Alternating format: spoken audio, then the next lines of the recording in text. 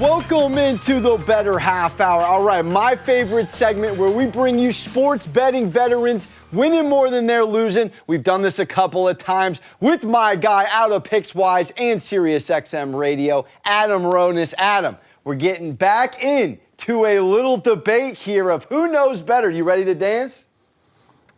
I'm always ready to dance, man. I love debates, and it's even better with you because you're pretty sharp. So let's get into it. Let's get into it. All right, round one, game one. What do we got? First game is Bulls at Bucks. Line's Bucks -12. Who knows better? Adam, you're up.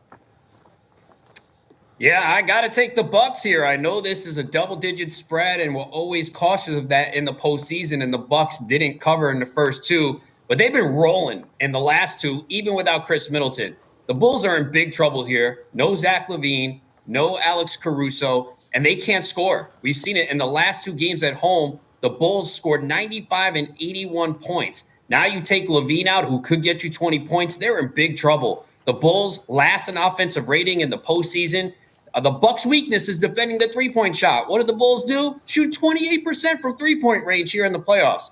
Giannis is unstoppable. Who's led them in scoring the last two games? Believe it or not, Grayson Allen. The Bucks are getting contributions from everyone. Bobby Portis going against his former team is tearing it up. And the Bucks are 7-3 against the spread as double-digit favorites in the playoffs since 2016. And teams in this spot as double-digit favorites since 2016 are 36-26. The Bulls just don't have enough to stay competitive. And the Bucks are going to wipe the floor with them and advance to the next round to take on the Boston Celtics.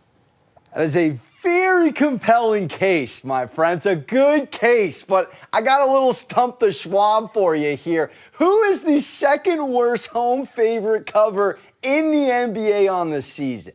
The Milwaukee Bucks, 14-25. We saw it earlier in the series, Adam. Double-digit spreads. Well, 9.5 in game one. They cover gorgeously. They win outright in game two. And yes, no LaVine tonight hurts us, but DeRozan, I got it right here. He's gone for 31-plus points in 8 of his last 9 without LaVine, which I love. And again, you mentioned Grayson Allen. That's a nice, cute story, but he's not going 27-22 again. Career-high playoff outing. It ain't going to happen. They got lightning in a bottle from him. I think this double-digit spread is almost a letdown spot potentially for Milwaukee to cover. Now, Milwaukee's going to win the game. Don't get me wrong. Caruso's out. That hurts. I just feel like this team who has covered twice with these large spreads is going to go out with some dog. They got a couple dogs on the team. I think they go out swinging. They go out fighting. I'll take the 12. All right, next up, we got Nuggets at Warriors. Warriors -8.5. Who knows better? Alex, you're up. Well, the Nuggets, they're kind of that boxer in the ring, Adam, that just, they don't get knocked out easily. You saw it last year in the playoffs. You even saw it in the bubble. They're pesky. They, in elimination games, have won 7 of their last 9, and that goes back a couple of seasons. This team, I saw something with these role players, with Bones, with Morris, with Will Barton. If they can give Jokic a little bit of help, if 3 guys can get double digits tonight, I like that. I also like a little bit of the Malone defensive adjustments that we've seen. Poole has cooled off a little. I know Curry gets to start tonight, but Klay Thompson, who's been absolutely cooking as well, if he doesn't give us 5 or 6 threes and we get a slow start from this Warriors team, who, by the way, doesn't win first quarters. They have not won in the last several out the gate. I think the Nuggets can hang in there and cover the spread. I'm going to take the 8.5 here with Denver going down swinging. Yeah, I'm going to take Golden State, obviously, on the other side. And you mentioned the role players for Denver playing well. You left out an important fact. Those games were in Denver. This game's in Golden State, where Golden State's great is home. Denver also plays well at home. And usually role players tend to play better at home, and they struggle on the road. Golden State's 5-0 against the spread their last 5 home games. Look, Golden State's not going to pull a Philadelphia. They know we got to put this team away. We've seen Denver in the past come back from these deficits. So Denver, as good as they were in game 4, you know what they had to do to win that game? 56.2% from the field. That's not happening on the road. 48.4% from three-point range. That's not happening. And 80.6% from the free throw line. And they allowed 121 points and won that game. They cannot shut down Golden State. That's the big thing. Golden State's going to put up points at home. And we saw in the first 2 games of this series in Golden State, it wasn't competitive. Golden State put them away. So, yes, all credit to Nikola Jokic and this Denver team. They've showed tremendous fight. They're overmatched. They were able to get it done in Game 4. Not happening in Game 5. Golden State is on a roll. They're one of the healthiest teams.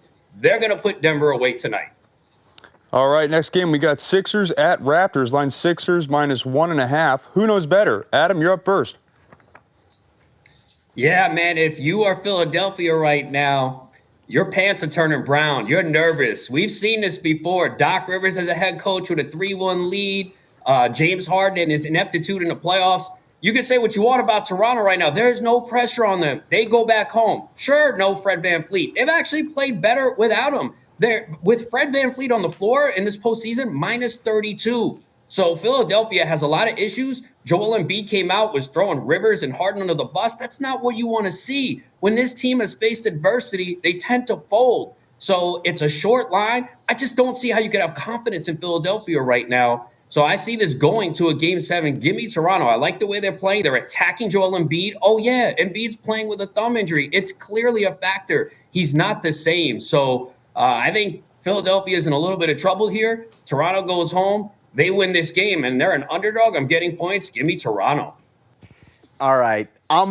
I am a little nervous about this one. I'm not going to lie. We know the king of blowing 3-1 leads is Mr. Doc Rivers, and now he's on the verge of being the only coach ever to blow a 3-0 lead. But here's a couple intangibles, all right? This Embiid injury has been a serious factor, all right? They're just 12-14 on the season, the Sixers are, when he's below 45%, which is where he's been in the last 2 games. I don't think that Philly is going to go for 88 points again, under 100. You look at what Tobias Harris did in Game 1 and Game 2, 26 and 20 respectively. He's cooled down a little. This is going to be about the role players stepping up. If we can still get that one good Harden game, which we've been waiting on, I think it is this Game 6, and I know they don't want to go back to Philly, where you know, Adam, in Philly, they boo their own team half the time when they're not eating. And I look at what the Sixers have done as far as losing 3 games in a row on the season. It's only happened 3 times. I just think Doc, we're all sleeping on his coaching adjustments here. I do feel like between Maxey, between Harris, and, of course, Harden, they can give us enough. If they can give us over 50, 60 points combined between the 3 of them, I think they get it done. It's a pick-em game. Let's not forget this team went up there and did steal one and came back facing adversity down 17. So I'm going to go with the Philadelphia 76ers to move on. And nobody wants to see the Raptors Heat, let's be honest. I'm rooting as a fan as well for Philly. Yeah, I mean, you're also forgetting that the Raptors should have won that overtime game. That was a game that they had in their grasp. This easily could be in favor of Toronto right now. So even you beginning in your argument, you're not fully convinced. But nice job trying.